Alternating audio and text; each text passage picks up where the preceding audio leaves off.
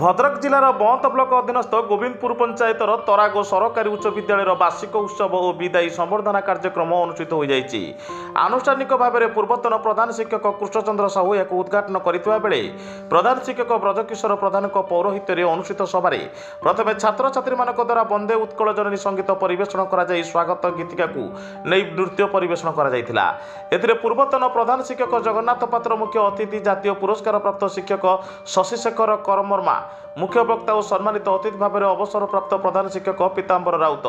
अवसर प्राप्त सहकारी शिक्षक किशोर चंद्र दास, अवसर प्राप्त शिक्षक चंद्रमणि दत्त,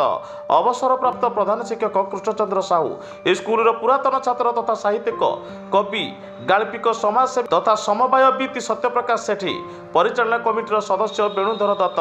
समाजसेवी डाक्तर प्रशांत कुमार खटुआ, पूर्वतन संस्कृत शिक्षक प्रताप चंद्र पंडा, समिति सभ्या नीलिमा खटुआ और तरागो नोडाल विद्यालय प्रधान शिक्षक शंभुनाथ बारिक प्रमुख जोगदे प्रत्येकटी वार्षिक उत्सव विद्यालय छात्र छात्री और शिक्षक मानक स्मरणीय तथा सेमानकर पारिदर्शिकतार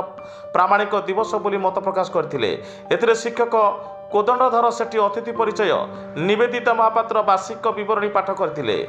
इति अवसर में अनुष्ठित सांस्कृतिक कार्यक्रम मानक छात्र रुद्र अभिषेक बारिक, छात्री प्रज्ञाराणी महांती, अपर्णा माझी, पुष्पलता नाथ, मिता बारिक, शुभश्री स्वाई, रोजीराणी मुखी, चुमुकी नायक, राणी स्वाई और प्रज्ञाराणी राउत प्रमुख अंशग्रहण करथिले। इति अवसर में जातीय पुरस्कार प्राप्त शिक्षक श्री कर शर्मा को संबर्धित और दशम श्रेणी छात्र छात्री को विदायी संबर्धना और नाच गीत क्रीड़ा अभिनय चित्रांकन आदि विभिन्न प्रतिभा क्षेत्र में उत्कर्षता प्रतिपादन करथिबा प्रतिभाधर मानक अतिथि मानक द्वारा संबर्धित करा जायतिला। शिक्षयित्री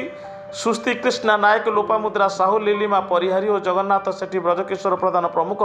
संपूर्ण उत्सव परिचालन में सहयोग करथिबा बेले शिक्षक श्री सेठी उपस्थित समस्त विद्यालय तरफ धन्यवाद प्रदान करथिले।